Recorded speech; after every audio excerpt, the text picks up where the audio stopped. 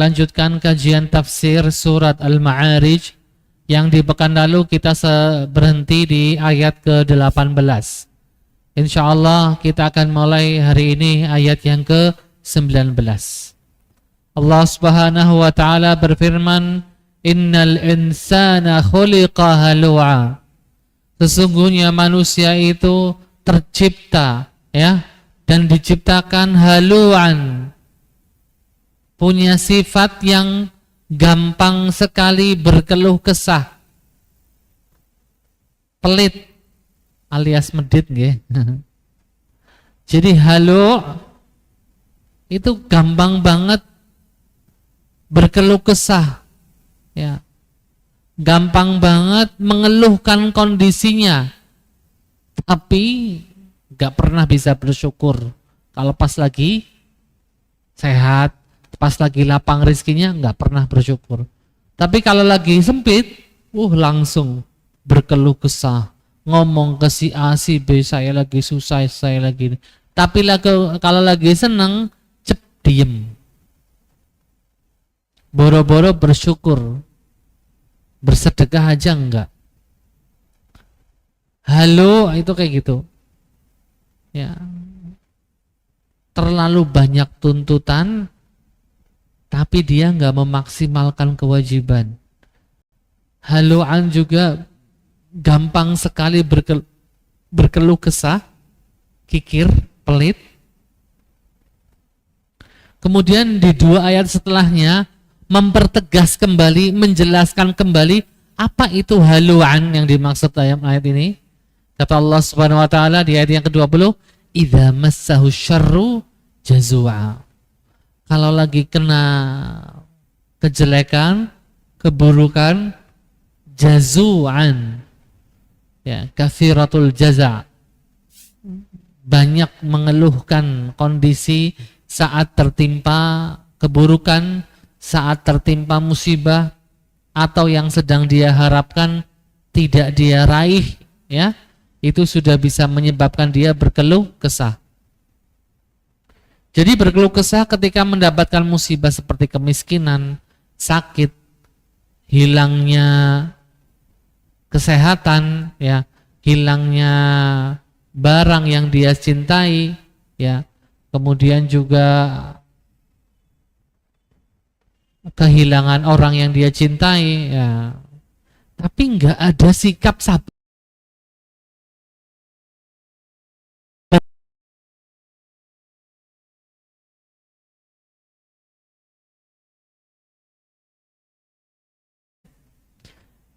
Saya nukilkan dari tafsirnya Ibnu Katsir rahimahullah, idza asabahu dzar, kalau kena sesuatu yang enggak disenangi gitu ya, keburukan lah, fazi'a wa jazi', kalang kabut, langsung berkeluh kesah.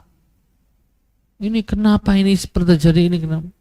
Wan khala'a qalbuhu min syiddatir ru'b, seolah itu hatinya akan copot, jantungnya copot dari keburukan yang sedang dia alamin. Wa ayisa an yahsul lahu ba'da dzalika khair. Dan dia itu seolah-olah udah kayak putus harapan, gak akan ada kebaikan setelah keburukan ini. Ya, padahal ya habis badai terbitlah terang, kan biasanya kayak gitu. Habis musibah ya ada kemudahan gitu kan, siklus kehidupan kayak gitu.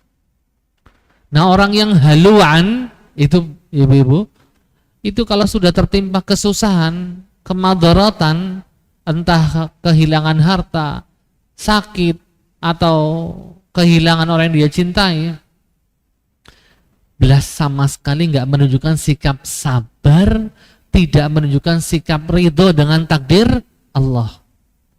Lebih dari itu, dia menunjukkan putus asa lah, seolah ini musibah udah paling gede, habis ini udah nggak ada kebaikan lagi, udah nggak ada rezeki lagi, udah nggak ada harapan baik lagi. Ini nih, ini sifat haluan yang dicela oleh Al-Quran.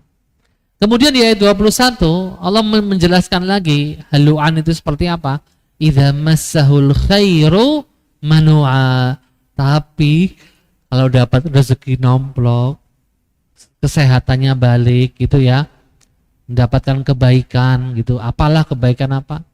Pelit banget. Susah lidahnya tuh bersyukur kepada Allah Subhanahu wa taala. Saya nukilkan bahasanya Imam Ibnu Katsir, idza hasat lahu ni'matu minallah. Kalau dia mendapatkan sebuah nikmat dari Allah Subhanahu wa taala, entah itu kebaikan pada kesehatannya mulai membaik, hartanya mulai bertambah lagi, maksudnya penghasilan mulai lancar lagi, contohnya bakhila biha ala ghairi. Ini mulut terkunci rapat, gak bisa bersyukur. Kalau udah rezeki banyak, boro-boro sedekah gitu ya, zakat aja enggak. Dia lupa zakatnya. Ya zakat fitrah, ya zakat mal, dia lupakan semuanya. Ma'asyiral muslimin a'azallahu waikum, ketika kekayaan berupa kesuburan, ya, kelapangan atau berupa hasil pertanian dan lain-lain, maka dia akan sangat menahan hartanya. Kenapa? Rakus, enggan bersedekah, dan kikir. Ini 3 tabiat buruk manusia yang harus kita kikis. Rakus, tamak, semua manusia kepengen. Sampai Nabi bilang, kalau ada orang sudah punya 1 tambang emas, ya, dia akan mencari tambang yang lain. Dan buktinya benar kan di Indonesia kayak gitu. Ya, sudah punya 1 tambang emas, ya, gali lagi di tempat yang lain. Ini belum habis nih yang tambang ini. Padahal kalau tambang emas kan duitnya sudah bukan jutaan lagi ya Bu, miliaran bahkan triliun. Tapi nggak puas, ini sifatnya manusia tamak. Yang kedua,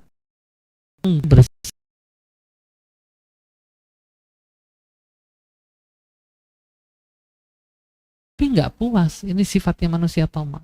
Yang kedua, entah karena banyak mikir, entah karena nggak tahu keutamaan sedekah dan sebab-sebab lainnya. Tapi orang beriman ini hancur nih, rasa enggan untuk bersedekah itu hancur. Ingat pahala, ingat bersyukur sama Allah, dapat harta melimpah, langsung dia jangankan zakat, sedekah dia lakukan. Jangankan hari Jumat, hari lain juga dia akan lakukan. Dan yang ketiga, kikir tadi, rasa pelit. Itu semua harus kita perangi ya dengan usaha, dengan sikap-sikap yang bisa menunjukkan kita nggak memiliki 3 karakter tadi. Ibu-ibu yang dirahmati Allah Subhanahu wa taala, manusia tercipta punya karakter halu tadi. Ya. Tapi kata Allah, ada yang terselamatkan dari sifat-sifat itu. Siapa mereka? Kata Allah, illal musallin. Kecuali orang-orang yang mengerjakan sholat, menegakkan sholat. Bukan cuman kayak kinjeng ya, zat sholatnya selesai, dah wassalam gitu ya. Habis salam pelencing pergi kemana gitu ya. Boro-boro istighfar, wirid, doa, enggak. Ini perlu dicatat ya. Musallin di sini adalah orang yang menegakkan sholat. Nanti akan dijelaskan di ayat-ayat berikutnya. Sholat yang seperti apa? Yang bisa mencegah orang itu punya sifat haluan tadi. Sifat yang pelit, kikir, gampang berkeluh kesah, gak ada menunjukkan sikap sabar sama sekali ketika ditimpa keburukan ataupun musibah. Dikatakan oleh Imam Ibnu Katsir, al-insan min haitsu huwa muttasifun bi sifatil dzam. Manusia yang memang punya karakter-karakter buruk, kecuali yang Allah jaga ya, kecuali Allah yang berikan hidayah, ya, taufik agar mereka memiliki akhlak mulia, dan Allah mudahkan sebab-sebab orang tadi memiliki akhlak mulia. Salah satunya adalah orang-orang yang rajin sholat, orang-orang yang menjaga sholat 5 waktu. Ya, alladzina hum ala salatihim daimun. Yang mereka tuh ngerjakan sholatnya tuh daimun, selalu, nggak dong-dongan. Maaf ya kalau perempuan ada waktu halangan ya, seperti haid dan nifas itu jelas itu sudah ada keringanan ada. Ini secara umum. Wah, lagi semangat nih sholat. Pas lagi sedih nggak mau sholat. Alasannya Pak sedih, bad mood. Soalnya Allah nggak sayang sama aku, jadi aku nggak sholat. Ya, ibu-ibu yang dirahmati Allah, tanamkan pada diri kita, anak-anak kita, sholat itu kebutuhan kita.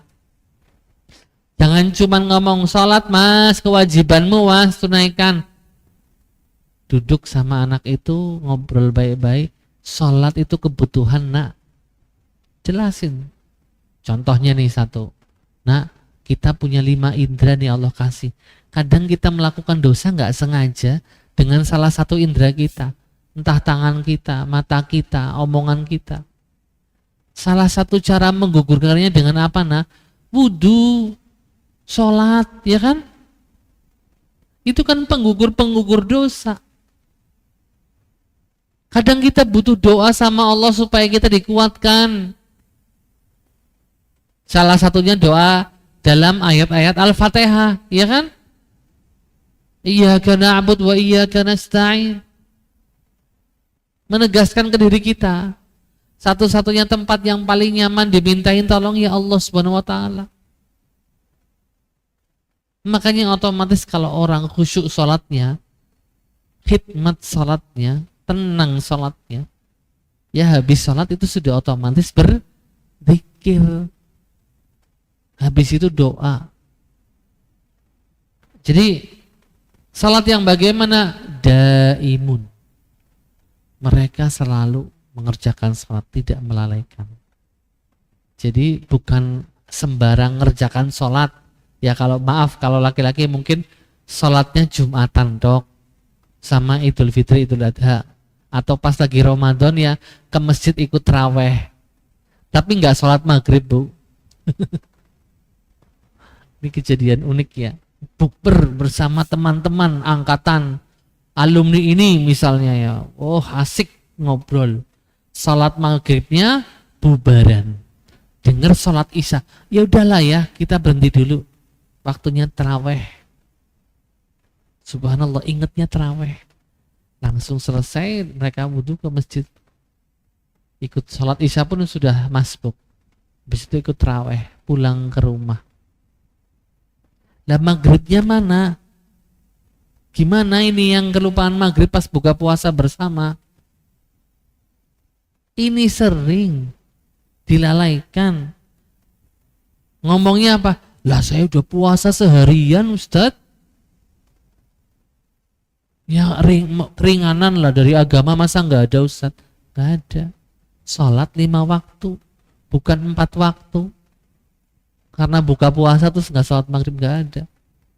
Nah ibu-ibu nanti kalau bikin acara buka puasa bersama, entah levelnya keluarga, atau entah levelnya PKK-an, atau dawisan, atau ibu-ibu takmir masjid, atau apa gitu ya, pastikan ada sholat maghrib di situ.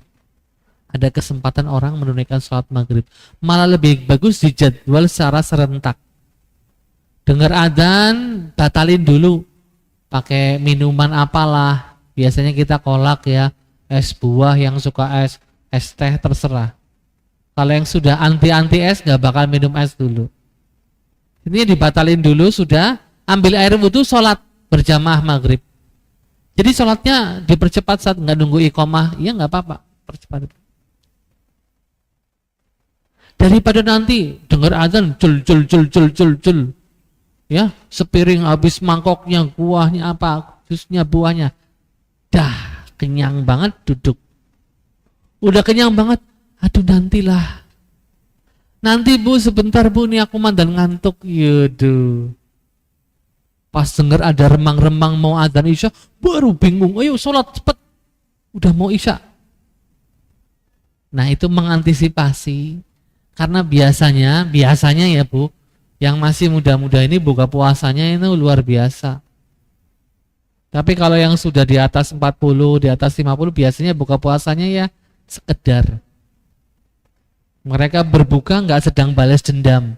Benar-benar ibadah berbuka puasa. Kalau anak muda biasanya kayak balas dendam. Makan siangku, makan malamku 2 piring. Nanti habis tarawih biasanya nambah lagi. Makanya jangan heran, Ramadan banyak yang nambah berat badannya. Padahal puasa. Ya habis tarawih lanjut lagi sih. Yang cemilan, yang apa gitu ya. Ya kan biasanya gitu Bu kalau anak-anak muda ya. Kalau yang sudah itu sih enggak biasa. Nah, kita kembali lagi Bu tadi. Sholat nggak bisa ditinggalkan Bu. Mau acara bukber, mau Ramadan tidak bisa Bu. Tetap harus sholat. Saat saya nggak bisa ke masjid karena sudah di kursi roda, nggak apa-apa. Sholat di rumah. Ini kondisi saya di kursi roda, kalau bolak-balik diangkat sama keluarga, wudhu kayaknya susah. Tayamum, nggak apa-apa. Allah Maha tahu. Yang penting sholat. Ma'asyiral muslimin a'azzallahu wa'alaikum. Jadi daimun tuh orang yang mengerjakan sholat dengan cara yang khusyuk, tenang, mendirikan kewajiban-kewajibannya. Sekali lagi bukan cuman sholat, bukan cuman sholatnya dong-dongan, tidak. Berarti nggak masuk kategori ini. Yang daimun itu yang menjaga sholat 5 waktu, nggak pernah meninggalkan sholat 5 waktu. Terus mengerjakannya juga maksimal, dengar adzan, ya berusaha secepatnya sholat. Kalau lagi tanggung ya selesaikan dulu baru sholat. Misalnya ibu-ibu tanggung nih dengar adzan, ini masakan udah tinggal gosong apa ya, masak sebentar. Apalagi kalau bapaknya pulang dari masjid, loh kok belum matang, malah tambah runyam urusannya, selesaikan sebentar, habis itu sholat. Yang penting jaga 5 waktu. Gimana caranya? Nah inilah yang dimaksud daimun. Semoga kita termasuk orang-orang ini. Allahumma amin. Walladzina fi amwalihim haqqum ma'lum. Terus Allah jelaskan, biasanya orang-orang salat yang daimun, yang salatnya benar Bapak Ibu semuanya, nanti dia sadar bersedekah. Nyambung ya Bu? Makanya kita tegaskan salat, nak, salat yang benar. Nanti dari salat yang benar Bu, muncul kesadaran-kesadaran yang lain. Makanya orang lagi pengen taubat, pengen hijrah, itu satu amalan yang kita nasihatin ke mereka. Sholat, perbaiki sholatmu, maka Allah perbaiki semuanya. Sholat kita diterima Bu, amal yang lain diterima. Jadi fokus ke sholat. Terus jangan merasa saya sudah levelnya ustadzah, saya sudah levelnya ibu-ibu pengajian, udah levelnya tinggi. Sudah jangan khawatir sholat saya, jangan gitu. Tetap tiap hari harus tajridun niyah. Pastikan niat kita saat sholat ikhlas. Sekali lagi, idza qubilat sairu amalihi. Ada riwayat hadis yang mengatakan, kalau amal ibadah sholat kita diterima, semua amal ibadah lain juga mudah diterima sama Allah. Dan yang pertama kali amal ibadah yang dihisap adalah sholatnya kita Bu. Jadi mari kita tiap hari perbaiki sholat kita. Kadang kita kendor apa, oke lah. Biasanya bacaannya panjang, Ustaz ini lagi imannya lemes gitu ya. Ya bacaannya pendek. Ma'asyiral muslimin a'azzallahu walladzina fi amwalihim haqqum ma'lum. Dan orang-orang yang dalam hartanya tersedia bagian tertentu.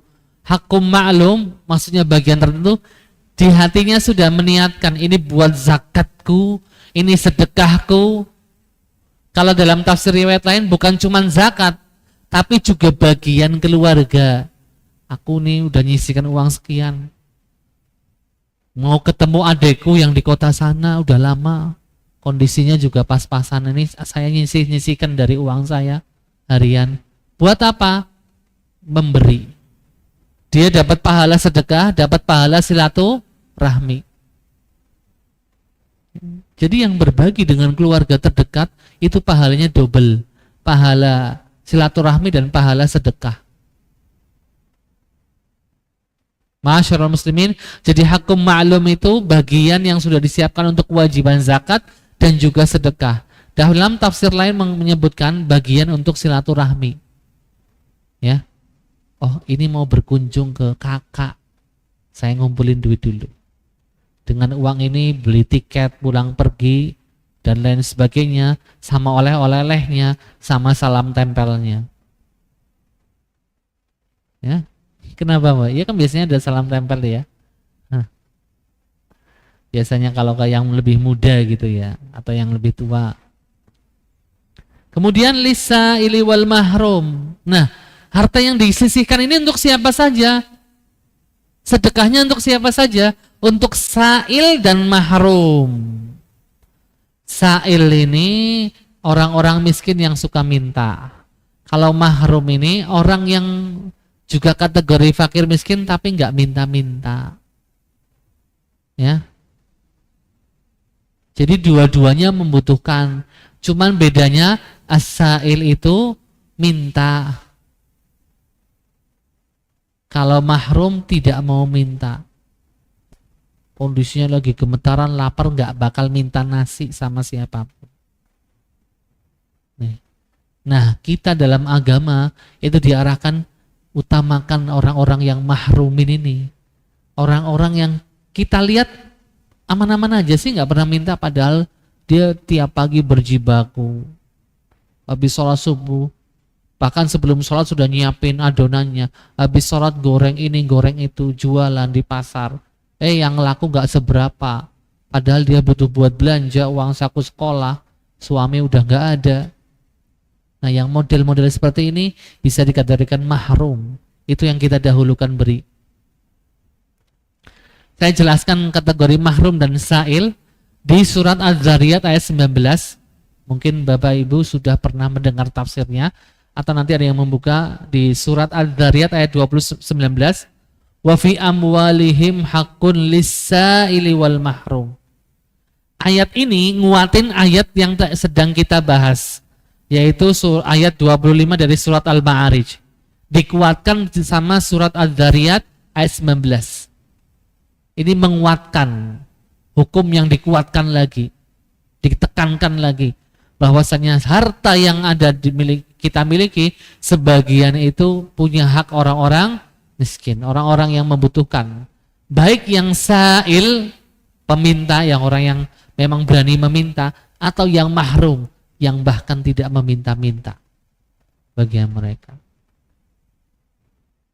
Dan kita sebagai seorang muslim jangan melupakan hak-hak mereka yang kategori mahrumin, yang mengharamkan diri mereka meminta-minta, padahal kondisinya butuh. Ibu-ibu harus lebih jeli, ya, mungkin tetangga saudara. Jangan cari yang jauh-jauh. Kalau bisa malah masih ada hubungan keluarga, itu lebih double pahalanya. Seperti yang saya katakan tadi, pahala silaturahmi dan pahala sedekah. Makna as-sa'il, orang fakir miskin yang tidak memiliki apapun, kemudian meminta bantuan dari orang lain. Sedangkan al-mahrum, yakni orang yang tidak mampu bekerja, namun dia menolak untuk minta-minta. Atau kadang bisa bekerja, tapi penghasilannya tidak mencukupi kebutuhan hariannya. Sehingga dianggap orang lain, orang yang nggak butuh bantuan. Soalnya nggak minta-minta sih. Dan tidak menampakkan dirinya tuh, oh, saya miskin, saya butuh bantuan. Enggak. Orang mahrumin itu, ibu-ibu, menjaga harga diri mereka, menjaga diri mereka. Masya Allah. Jadi nggak ada orang yang bahkan mau bersedekah ragu, kayaknya itu orang mampu deh, nggak pernah minta sih soalnya gitu ya. Pendapat lain mengatakan adalah orang yang tertimpa musibah. Jadi mahrumin, pendapat lain mengatakan orang-orang yang tertimpa musibah. Pada hari ini termasuk saudara-saudari kita yang sedang di Sumatera, ya. Saya ngelihat rekaman itu belet, ibu, belet siapa, lumpur ya, itu bisa menenggelamkan rumah ya. Nah sekarang lumpurnya mengeras, Masya Allah, ini perjuangannya luar biasa. Dulu tsunami kan air ya, masuk terus keluar ya. Ini airnya hilang, tapi lumpurnya sama kayu-kayunya numpuk.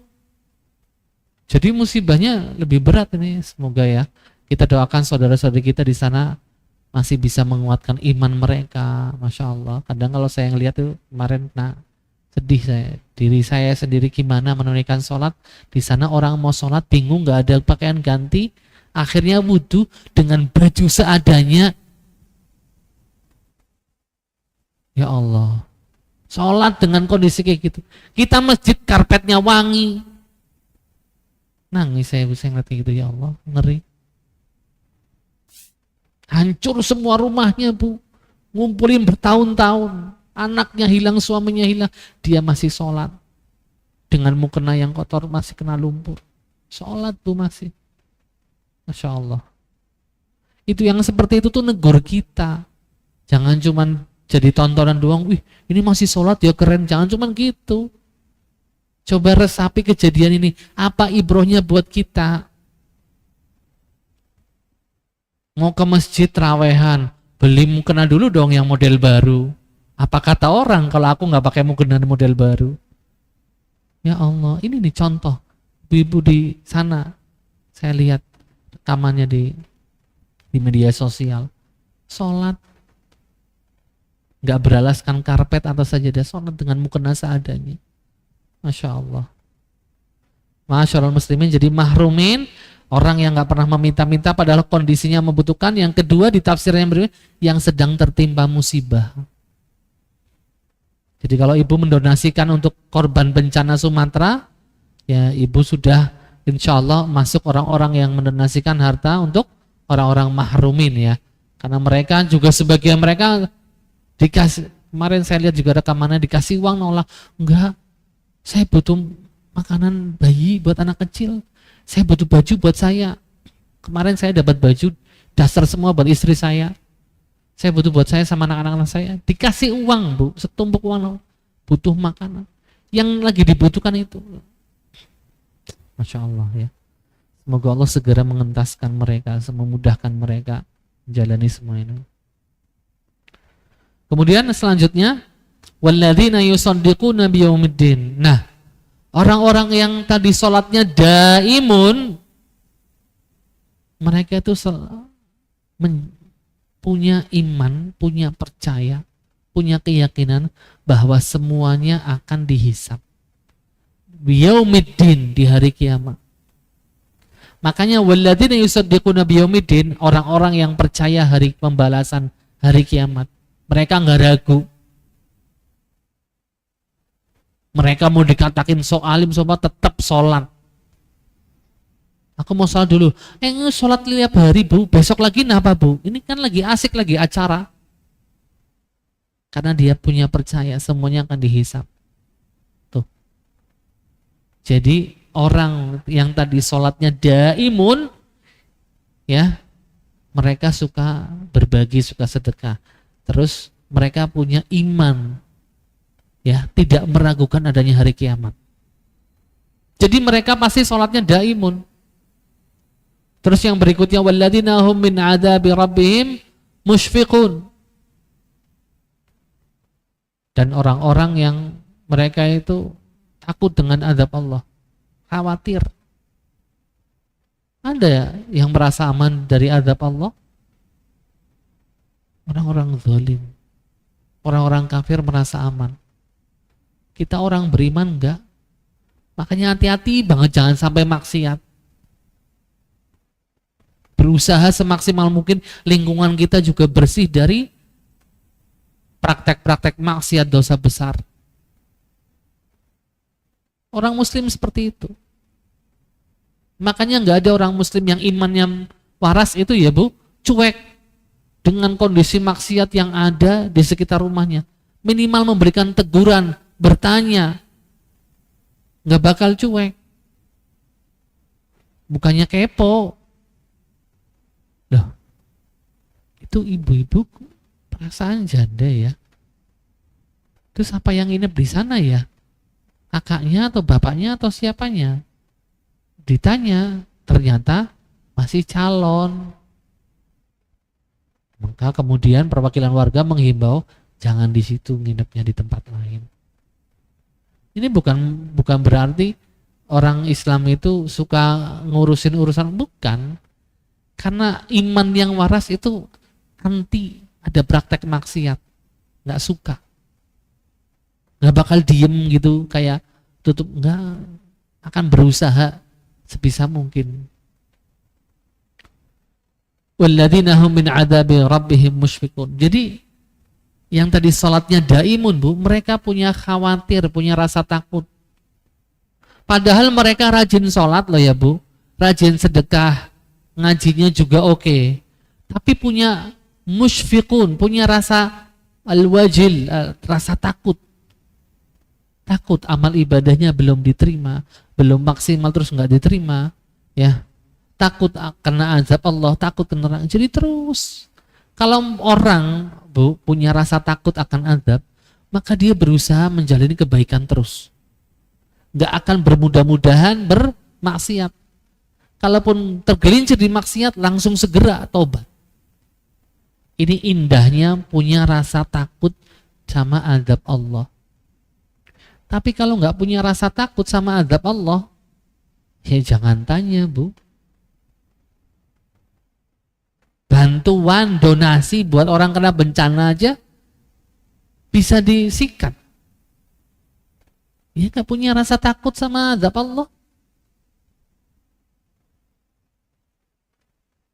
Bahkan bantuan yang harusnya buat korban bencana ini malah disalurkan ke tetangga-tetangganya yang nggak kena musibah.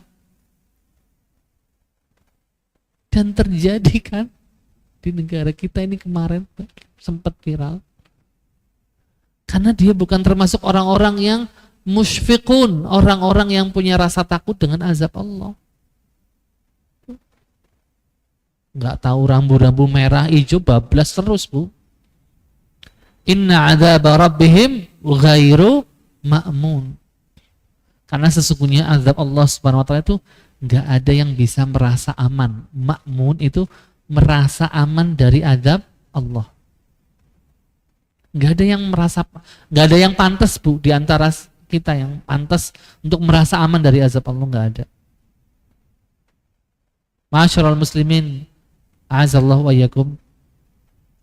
Karena terkadang merasa aman dari azab Allah malah justru memudahkan orang tadi berbuat maksiat.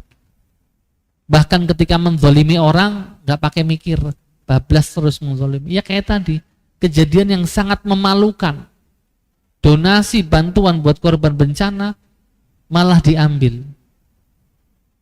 Ada juga yang menyalurkan bukan buat korban bencana, buat orang-orang yang nggak kena bencana, dikasih. Sudah khianat, ya. Dan dia merasa aman dari azab Allah. Nah, ma'asyiral muslimin a'azallahu wa iyyakum, sekali lagi, ketika seorang muslim beriman, dia akan menjadikan kesalahan-kesalahannya di masa lalu itu benar-benar kayak batu besar di atas, bisa menjatuh, tiba-tiba jatuh. Sehingga dia nggak mau balik ke kesalahan yang lalu, nggak mau. Dia menyesal. Dia benar-benar nggak mau. Dia bertobat kepada Allah Subhanahu wa taala. Itu. Ma'asyiral muslimat, a'azallahu wa iyyakum. Kemudian walladzina hum li furujihim hafizun, dan orang-orang yang memelihara kemaluannya, maksudnya adalah dari perbuatan zina. Masih ingat ya, Bu, hadis yang menyatakan dua kategori yang paling banyak menyebabkan orang masuk surga. Apa? Bertakwa kepada Allah dan akhlak mulia. Ya kan? Dan di hadis lain Rasulullah juga bilang ada dua hal yang paling banyak yang menyebabkan orang masuk neraka. Ya? Lobang mulut dan lobang kemaluan. Dengan mulut dia bisa memfitnah, menggunjing, menuduh, melukai dengan kata-kata dan seterusnya. Ya kan? Dengan kemaluan dia berzina. Bahkan dalam hadis lain, barang siapa yang bisa menjaga lisannya, menjaga kemaluannya, kata Rasulullah, saya jamin dia surga. Sampai Rasulullah menegaskan itu. Gak main-main. Di zaman sekarang, yang namanya perzinahan tidak perlu mencari, maaf, wanita PSK ke tempat rumah bordir. Gak ada, sekarang sudah ditutup. Sekarang lewat media sosial, gampang sekali.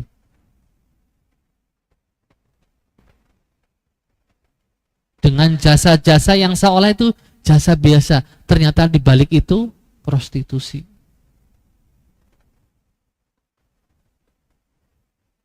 Ini yang lebih ngeri di zaman now. Perzinahan di zaman now lebih mengerikan sekali. Ibu-ibu yang dirahmati Allah Subhanahu wa taala, kenapa kadang kita mendengar kabar perselingkuhan dan lain sebagainya lewat media sosial? Pergaulannya sih dari rumah ke tempat kerja terus pulang, udah gitu doang. Tapi ngobrolnya tanpa batas di sini. Akhirnya janji ketemu. Yang namanya setan, targetnya itu yang tipis-tipis dulu, ketemuan dulu deh. Nanti target berikutnya yang setelah sampai orang tadi melakukan dosa besar, baru setannya senang ketawa, plong. Kalau belum melakukan dosa besar, ya setannya masih terus berjibaku. Gak bakal diem, Bu. Seperti itu. Walladzina hum li furujihim hafizun. Kenapa ini sampai disebutkan dalam ayat ini? Karena inilah salah satu salah satu kriteria ya orang-orang yang dimuliakan Allah adalah mereka mampu menjaga kemaluan mereka. Kecuali sama istri mereka, sama budak-budak yang mereka miliki, maka itu enggak masalah ya. Disebutkan di sini illa ala azwajihim, kecuali kepada pasangan sah mereka. Au ma malakat aimanuhum, kecuali budak-budak yang mereka miliki, fa innahum ghairu malumin, maka hal ini tidak mengapa. Faman ibtagha wara'a dzalika, dan barang siapa yang menginginkan jalan lain selain yang disebutkan Allah tadi dengan pasangan sah mereka, faulaika humul adun, maka itulah orang-orang yang melampaui batas. Di sini ayatnya fleksibel loh, ngomongnya wara'a dzalika, selain itu. Selain sama pasangan berarti nggak boleh. Artinya entah dengan orang lain atau dengan barang lain nggak boleh. Saya sebutkan barang lain apa? Di zaman sekarang yang sangat ngeri, peralatan-peralatan seks itu sangat banyak dijual online. Ya, dan itu mudah dibeli oleh siapapun tanpa diketahui oleh orang tuanya atau tetangganya. Online sih paket datang, tapi alat-alat itu ya mohon maaf ini nyata, alat di mana orang bisa memperoleh kenikmatan kayak seperti hubungan suami istri, tapi nggak sama orang, sama barang. Ini masuk kategori ini wara'a dzalika. Selain itu, ya, barang siapa yang mencari yang selain itu, di balik itu, ya nggak boleh, nggak dimasuk kategori al-adun, orang-orang yang melampaui batas. Walladzina hum li amanatihim wa ahdihim ra'un, ya, dan orang-orang yang menjaga amanah dan janji mereka. Ayat 32. Jadi salah satu efek dari sholat yang dijaga dengan baik, ya, dia itu selalu berusaha menjaga amanah. Kalau janji berusaha menepati. Nggak kayak zaman sekarang. Besok kamu datang, iya datang. Pas hari hanya, jadi enggak nih? Jadi, ini aku OTW, padahal masih kelekaran, masih selonjoran di rumah. OTW itu baru megang anduk mau mandi. Habis mandi, aduh mendung males keluar lah. Temennya sudah mau pada bubar. Kamu jadi enggak sih datang? Sorry ya, yang tiba-tiba mendung, padahal mendungnya udah dari tadi. Ini termasuk yang tidak menepati janji loh Ibu. Jadi ini saya selalu tekankan kepada anak-anak SMA, anak-anak muda ya, supaya mereka punya komitmen. Kamu kalau berjanji, janji beneran. Jangan berjanji tapi sudah niatnya mengingkari. Seperti itu. Itu nggak boleh. Ngomong OTW, OTW beneran. OTW berarti sudah proses kamu menuju lokasi. Jangan OTW kamu masih di kasur, masih tiduran. Oh, ribut anak SMA. Oh ya seperti ini sana. Takutnya ini jadi kebiasaan. Kebiasaan mengingkari janji itu nggak boleh. Munafik kan salah satu dari kategori orang munafik kan suka bohong, suka ingkar janji, suka khianat. Dan kita harus menghindarkan diri kita, anak-anak kita dari sifat-sifat seperti ini. Kita tegesin. Kamu janji sama ibu sore ini loh mau nganter ibu, kok sekarang jadinya banyak alasan, nggak boleh. Berusaha, kamu nggak sakit kok. Ayo sekarang anterin ibu ke toko kerudung gitu ya. Udah janji loh sama ibu. Jangan alasan ini itu. Ya. Tegaskan ke anak. Ya. Bapak ibu yang dirahmati Allah, ibu-ibu yang sama-sama mengharapkan keridhaan Allah Subhanahu wa taala. Kemudian di ayat yang ke-33, walladzina hum bisyahadatihim qaimun. Dan orang-orang yang memberi kesaksian. Maksudnya bukan saksi palsu. Kalau bersaksi ya persaksiannya apa adanya. Persaksian palsu itu masuk dalam kategori dosa besar Bu. Namanya syahadatuz zur. Persaksian palsu. Ngeri loh. Ini dosa besar. Gede nanti pertanggungjawabannya di akhirat. Kemudian di ayat yang ke-34 Allah masih nyebutin lagi masalah salat. Walladzina hum ala salatihim yuhafizun. Orang-orang yang memelihara salat mereka. Kok disebutin lagi ya Zat? Tadi di awal kan disebutin musallin yang daimun. Ini yang terakhirnya juga disebutin lagi nih. Yuhafizun di ayat 34. Bedanya artinya prioritas kita adalah sholat.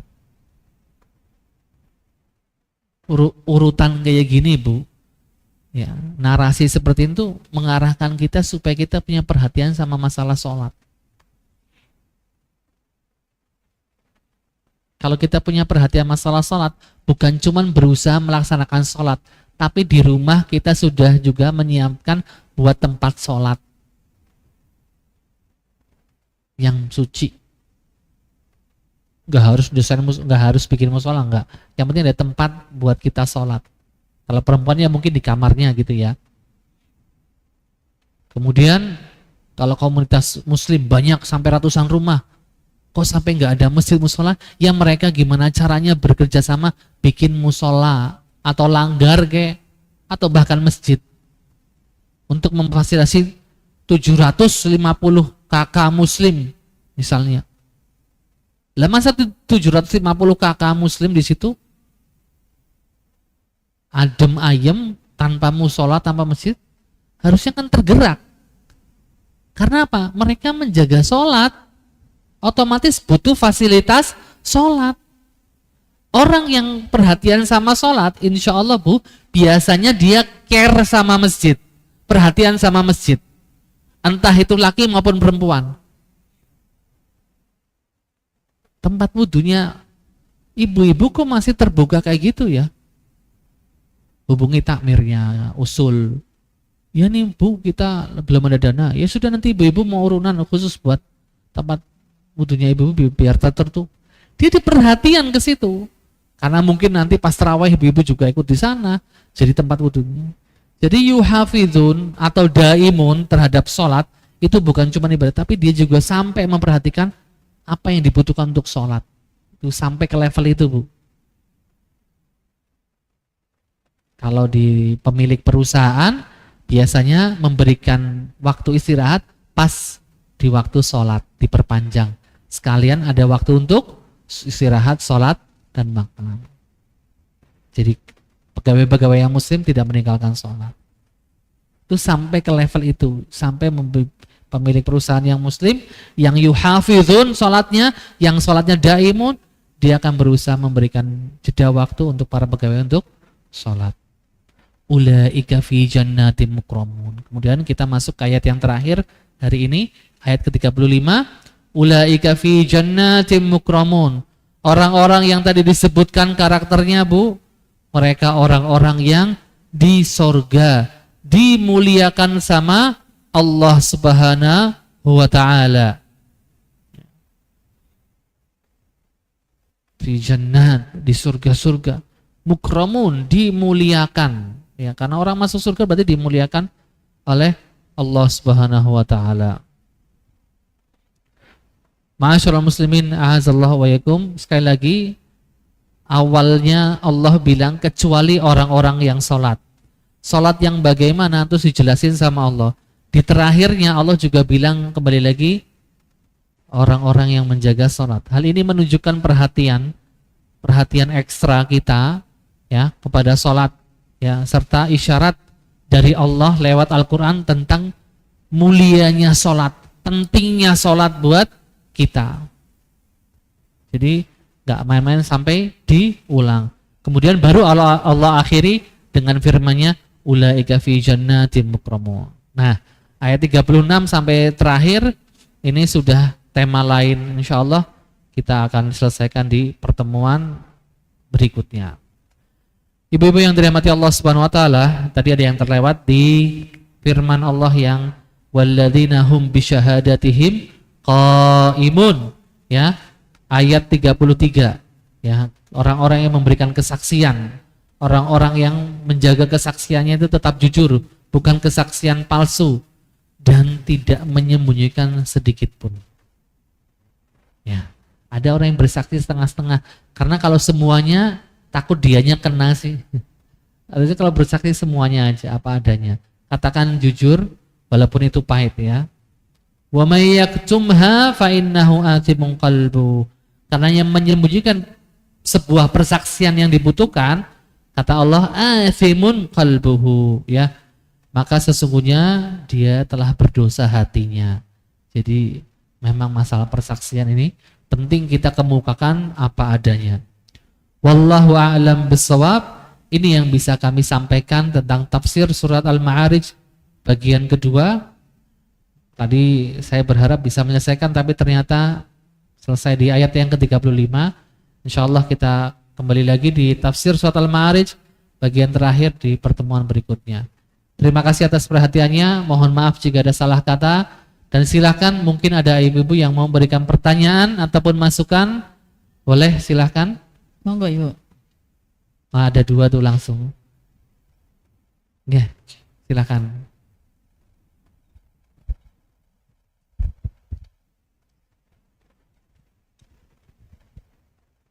Terima kasih Ustadz.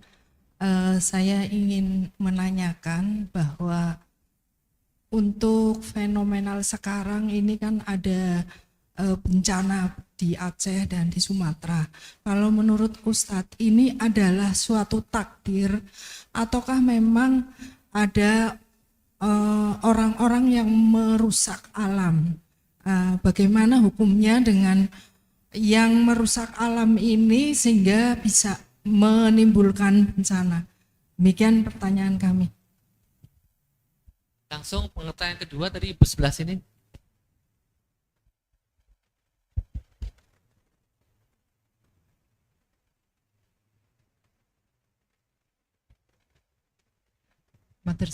Assalamualaikum warahmatullahi wabarakatuh. Ustadz, yang ingin saya tanyakan seperti ini. Tadi terkait dengan masalah perzinahan.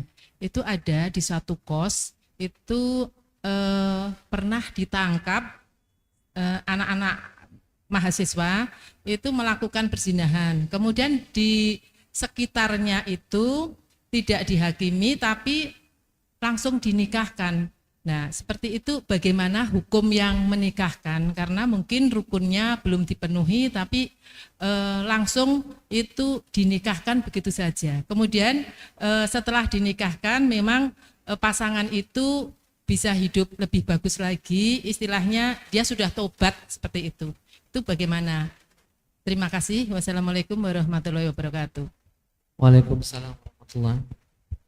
Menikahkan itu mungkin salah satu cara yang dipahami masyarakat supaya mereka lebih mudah taubat gitu ya, biar nggak zina lagi.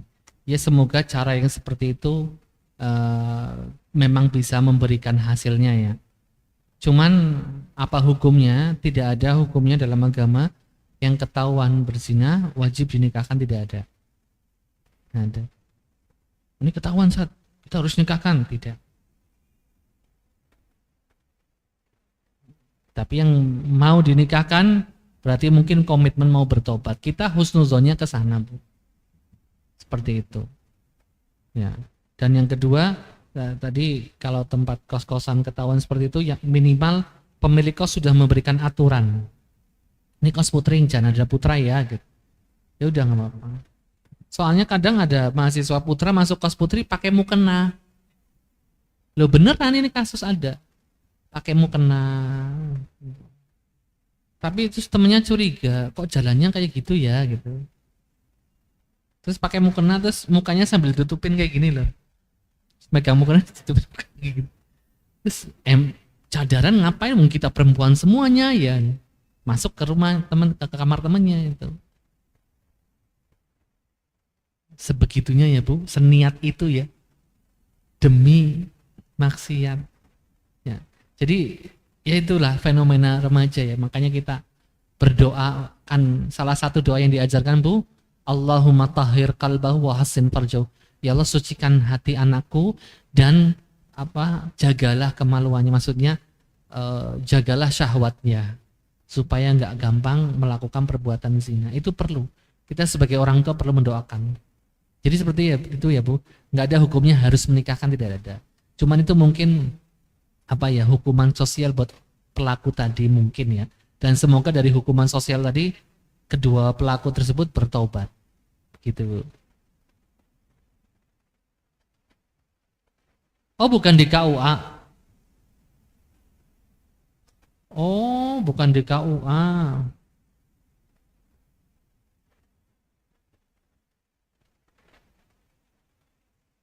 Ya dosa sih enggak ya Bu, cuman gini. Kalau memang betul-betul untuk sebagai hukum yang jelas, nikahnya asal lewat KUA aja. Jangan cuman di atas tangan seperti itu. Langsung KUA lewat.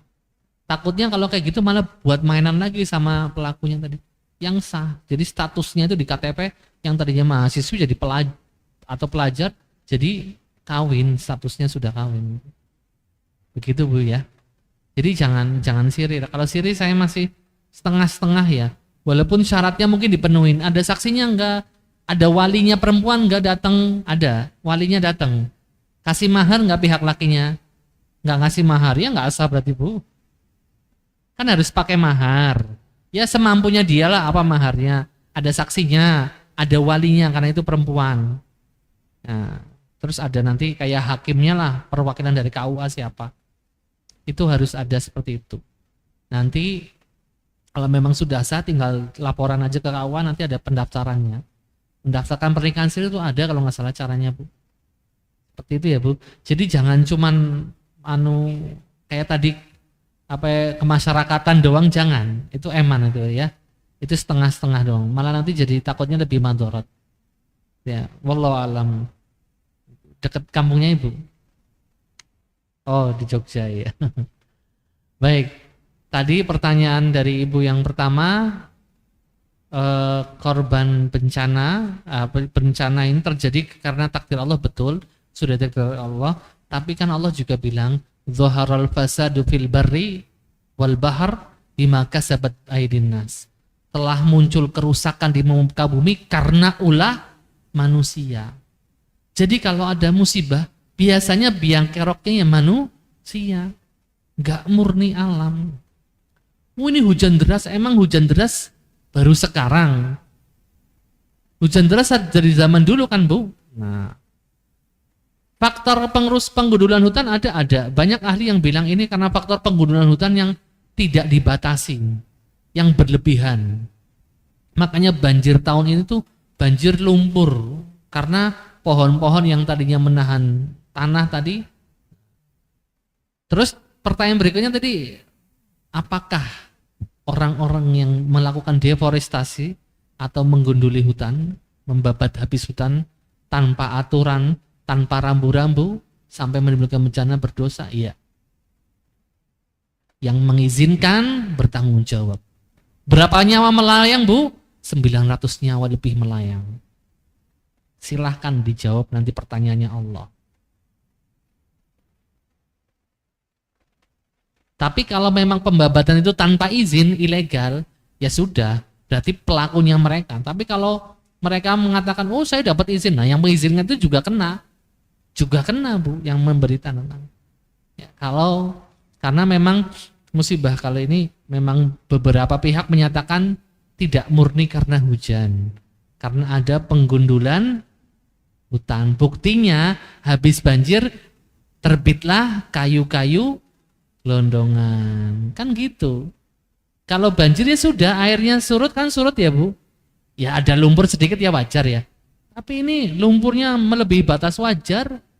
Kayunya sampai saya ngelihat foto drone itu, sebuah pondok pesantren dikepung lautan kayu. Itu kerja baktinya berapa bulan ya saya nanya. Ngeri loh, Bu. Itu rumah-rumah yang sudah kerendam belet, itu lumpur mengeras bermeter-meter. Itu gimana itu? Menghidupkan kampung itu kembali gimana? Kalau memang ini terbukti karena kelalaian orang-orang yang bertanggung jawab, maka di yaumil qiyamah mereka menanggung dosa itu. Berapa nyawa, Bu? 900 nyawa. Berapa rumah hancur? Nah iya, besar kan tanggung jawabnya, jangan main-main. Makanya semua amanah akan dipertanyakan oleh Allah Subhanahu wa taala. Wallahu a'lam bishawab ya. Semoga sekali lagi ya, dengan kejadian ini orang-orang yang punya wewenang itu mikir lagi lah. Ya. Ya, anugerah dari Allah itu harus kita jaga, bukan kita rusak. Seperti itu ya, Bu. Wallahu a'lam bishawab. Terima kasih. Mungkin saya cukupkan sampai di sini. Oh, ada lagi siapa? Saya nggak lihat tadi. Oh, Ibu ketutup di belakang ya, Bu. Terakhir Ibu. Assalamualaikum Ustadz. Terkait dengan ayat 23, mereka yang tetap setia melaksanakan sholatnya. Ini kan mestinya kan mulai dari kita akhil balik ya Ustadz ya. Kenapa? Mulai dari kita akil balik, oh, iya. itu memang harus melaksanakan sholat dengan setia gitu. Iya. Bagaimana kalau waktu kita dulu waktu muda mungkin dari akil balik sampai remaja lah, itu kan mungkin ada beberapa yang bolong-bolong sholatnya. Sementara yang saya tahu kan katanya untuk kita bertaubat kepada, ada dua pendapat katanya Ustadz, bisa dikodok atau bisa bertaubat gitu. Lah ini yang saya tanyakan, yang rojih atau yang sohih itu dengan cara apa kita nyaur sholat yang dulu kita pernah bolong-bolong itu Ustadz. Baik, terima kasih Terima pertanyaannya. kasih, syukron jazakallah khair. Oh iya, oke. Kalau jawaban dari saya lebih condong ke taubatan nasuha. Karena kalau mengkodok, ibu ngitung berapa hari juga belum tentu benar. Berapa hari ya, itu sholat hari ini berapa ini, udah masa lalu udah. Jadi taubatan nasuha artinya ibu nggak akan meninggalkan sholat lagi selama-lamanya sampai roh yang meninggalkan jasad ibu. Jadi taubatan nasuha benar-benar buat kita semuanya yang seperti itu ya.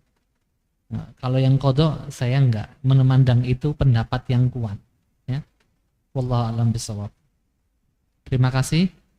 Aku qauli hadza wa astaghfirullah li wa lakum. Wassalamualaikum warahmatullahi wabarakatuh.